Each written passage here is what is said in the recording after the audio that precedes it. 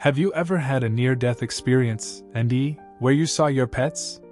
Most of us have had pets at some point in our lives. They were our friends, companions we loved dearly, our little fur babies, our children.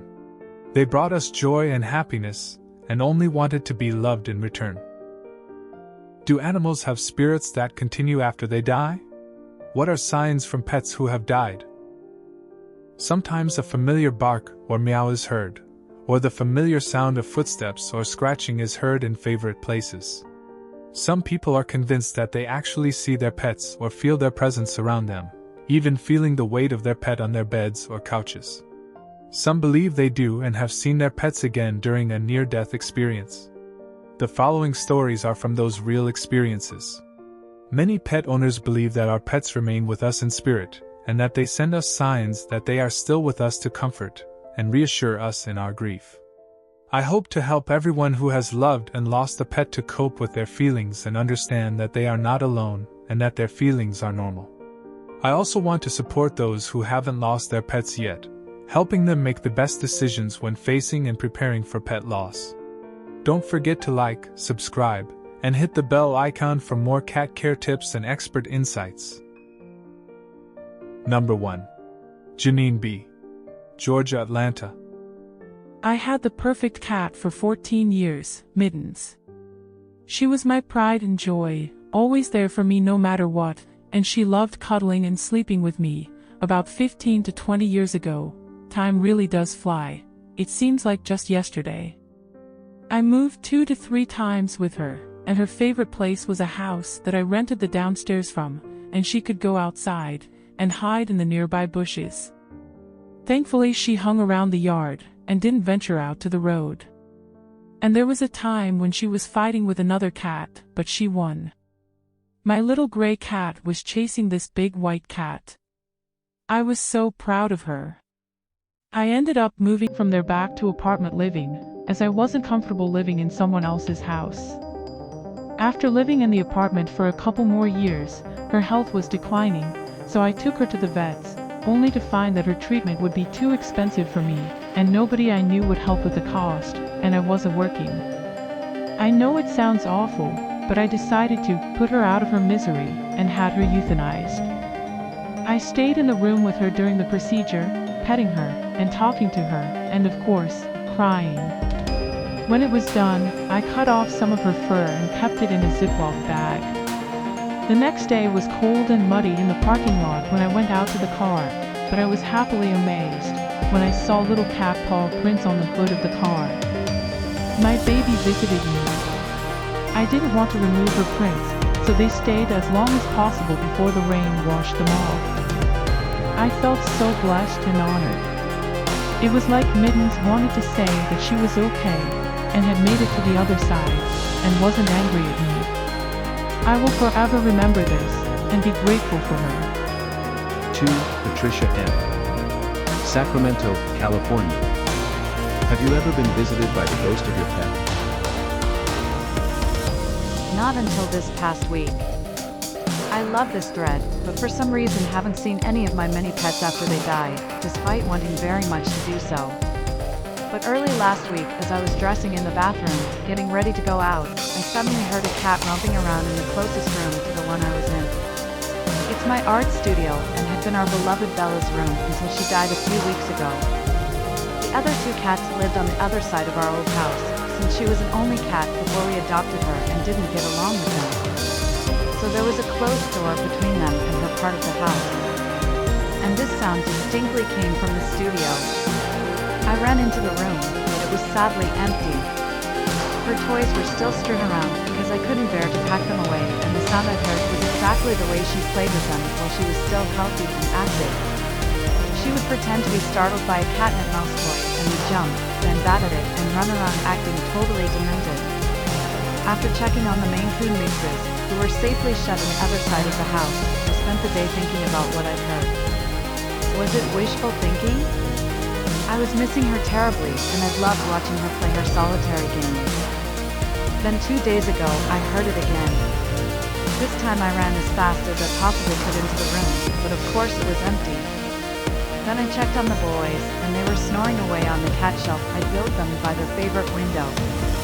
This definitely wasn't them.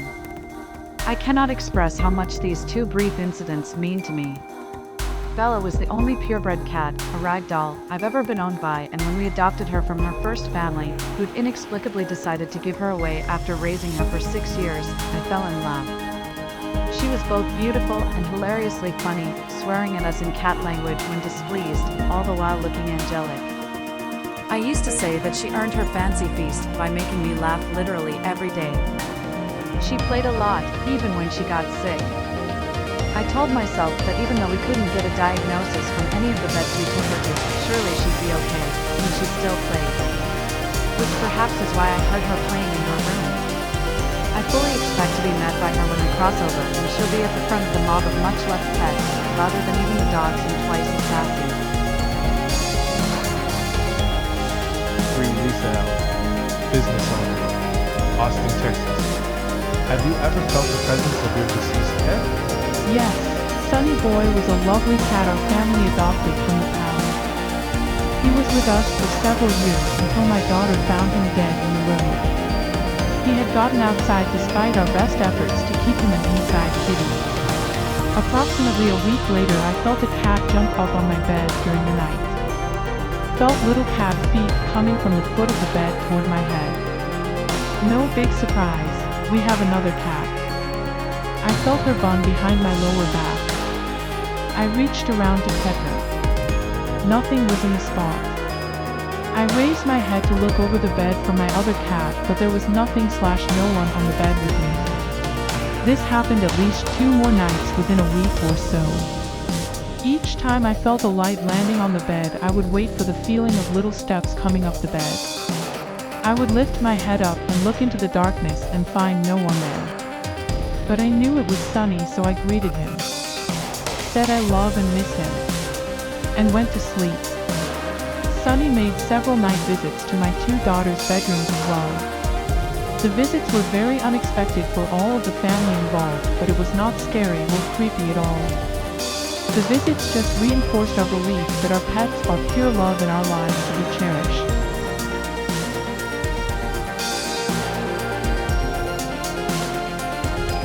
For Linda B.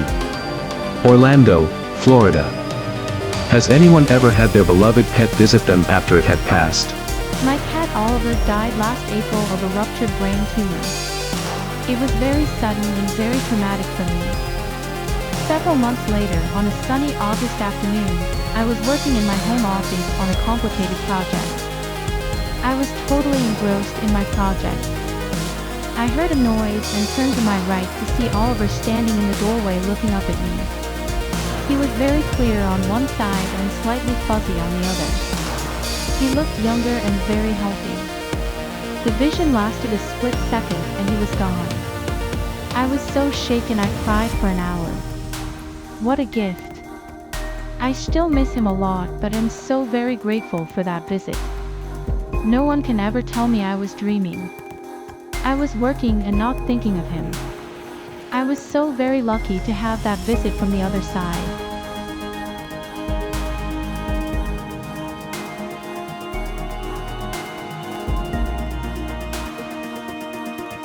Lucy Cobb, Austin, Texas. Have you ever encountered the spirit of your pet or pets? If so, how did it happen and what was your reaction to it? My beautiful baby bobcat crossed the Rainbow Bridge on January 13, 2020. That night, while I was laying in bed in a state of shock, I felt the end of my bed depressed, and then something traveled up the side of my bed and stopped just shy of my shoulder. Then, whatever was there seemed to lay down against my side. I thought I could feel heat being generated between me and what I was beginning to believe just might be Bob. I laid there barely breathing, and then I heard it. Bob's deep, throaty purr, in the back of my mind. I knew this all might be just an hallucination caused by my extreme grief. However, I preferred to believe the events were exactly as I told them to you. P.S. Bob still visits occasionally. And he also comes to visit his favorite 4-legged brother, our 13-year-old buddy. So, yes, I absolutely believe in the possibility of 4-legged ethereal visits. 6. Rajyashri Tripathi. Trenton, Philadelphia. Do pets who have passed over, and who come back in spirit to visit us, get upset when we don't acknowledge them, since we don't know they are with us? No. Animals are sentient beings, far superior to humans, both in life and beyond it. Where there is love, there is no room for negativity. Love transcends all barriers. Yet we need to be receptive to messages from beyond. Death separates us only physically. Spirits remain connected. In my experience over the past 35 years with our 22 pets, 14 of whom have crossed over, the communications from each of them were subtle but clear. Sometimes it took reinforcement through a dream that repeated until I deciphered the message. Being a scientist, I am always skeptical. But when you receive independent verification or see a pattern, you know in your heart that it is more than mere coincidence. I could literally write a book on the subject. Maybe I should. Moreover, in matters of faith, no proof is needed. And in matters of skepticism, no proof will be enough. For me, if it feels right in your heart, and hurts nobody, it is right. 7. Bill Johnson. St. Louis, Illinois. Can dead pets leave signs they are still with you? I used to house sit cats, and I had one that I loved very much. My favorite passed from the urinary tract problem. Years later, at night a cat would walk around my bed, then cuddle against my leg. But there was no cat there. This went on for months, and then I took on a job house sitting a very large dog. I slept in a basement room that had a large window. There was a very steep slope that dropped down to the window. So, with that background at night, the window functioned as a mirror. I was meditating when I felt a cat walking on the bed. I couldn't see the cat, but when I looked in the window, I could see a kind of image of a cat walking around on the bed. Just not the cat I expected. I could only look a moment or two before my eyes got heavy and closed, but I opened them a few more times to watch the cat on the bed in the window. Not long after that, the cat stopped coming around. I love kitties and they know it. 9. D.H. Topeka, Kansas. Do you think our pets remain as spirits in our home after passing? I have had experience with 2 pets passing. The first one passed 3 years ago. She belonged to my daughter. An extremely loving and affectionate cat, she grew old and developed arthritis, possibly kidney disease. She eventually could barely walk and had other issues as well as weight loss despite eating a lot. We had her put down and it broke my heart. I cried often. The first day after she passed, a barn swallow flew into the overhang above my front porch. We live in the suburbs and never see this type of bird, much less fly up and under the roof over my front porch. Day 2 it happened again as soon as I went out to the porch, but now it's maybe 10 barn swallows. I was very surprised. Day 3 I walked down my driveway to see many barn swallows flying over my porch and driveway circling. I stood and watched in awe. It was then I knew it was my daughter's cat's way of saying goodbye. The second cat was my cat who passed this past May from a heart murmur and kidney stones. I had her put down when her lungs began filling with fluid. The hardest thing I have ever done. She was with me for 15 years. The third night after her death I felt her at the foot of my bed at about 2 a.m. It woke me up. I looked at the end of my bed and I could see her silhouette. I cried for a week. I think she tried to make me feel better and say goodbye. They cross over just like we do. I will see them both again on the other side. 10. C.E. Finnell. Former banker retirement coordinator. Columbia, South Carolina. What happens to pets' energy when they die? Do they connect with us ever? I believe that pets are in heaven waiting for us. God has a place called the Rainbow Bridge. It's a beautiful place where our pets go. They have everything they need and want. Dogs and cats play together in peace and happiness, running around grassy flower-filled gardens. The only thing they need is us. On that wonderful day that you arrive in heaven, your pet will know immediately and run to your arms in absolute joy. You will unite together, just as if you had never been apart. You both will spend eternity together forever. That's what I believe. Be strong. I know how painful the loss of a pet can be, as I've lost many. I have faith in God that He made these beautiful animals for us to love. I can't think about heaven without the souls of my fur babies being there waiting for me. It would not be heaven without my family, friends, and my pets. Have faith. God bless you. Do all pets go to paradise? Dogs? Cats? Birds? They do, as demonstrated by these experiences and my opinion.